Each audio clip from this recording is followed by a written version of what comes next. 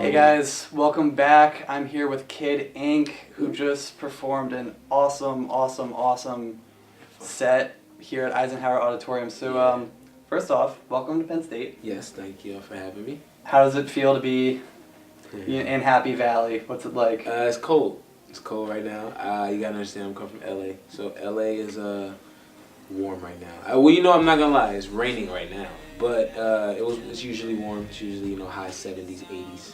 So to come out here to the snow, which I don't see often, is pretty shocking.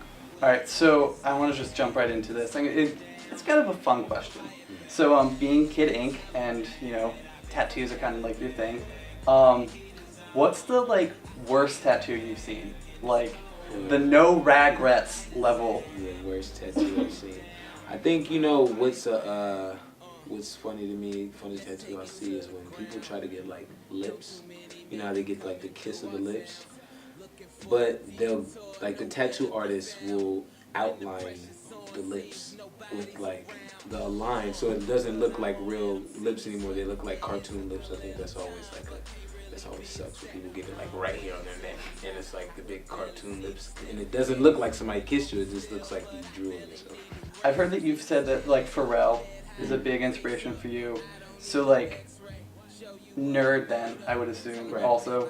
How does that go into how you make music? I think, it's just when I listened to that type of music just back in the day and when it was coming out and when they were surfacing, and just with Timberland and just other producers, even just when Swiss Beats just was growing as a producer and I was a fan, I think they just had, no limitations as far as the genre or the subject matter, or it didn't necessarily where they came from didn't base everything that was going on with their music. Sometimes people will talk about stuff and it's but you've never been there, you've never done that, it's kind of you can tell, it's like when the brand new artist comes out and they're talking about driving Bentleys and all that, and you're like, I know you don't have a Bentley yet because you don't have a deal yet, so it's why are you rapping about a Bentley? So I think with that kind of stuff it matters, but what the music actually sounds like and the beat selection, I think you shouldn't base that on anything, but if you like the music and you have ideas for it. People are starting to go into a more realistic,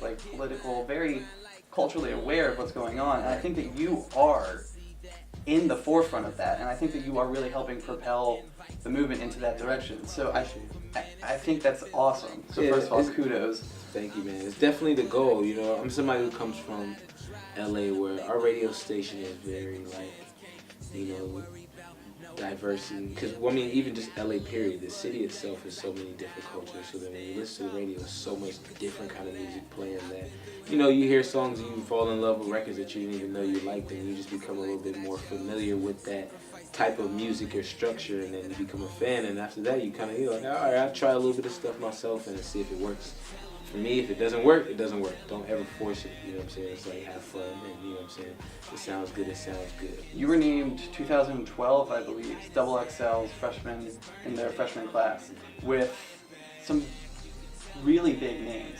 Yeah. Iggy Azalea and Macklemore. Right. It was dope, man. I think, it was definitely a nervous feeling, of when you got there and you were like, man, I got to show out and make sure, I do everything I can to stand out with all these other people from so many different places that people are interested in, You got to step, in the front to an extent. But I think, just being able to be the only person from my city on the cover at the time, I think, with so many other covers, sometimes we'll have 3 people from New York, 2 people from LA, and to where it was just me, to where I felt like, it kind of helped me, stand out and grow a lot of love just in my own city and just from my coast. And it was pretty dope.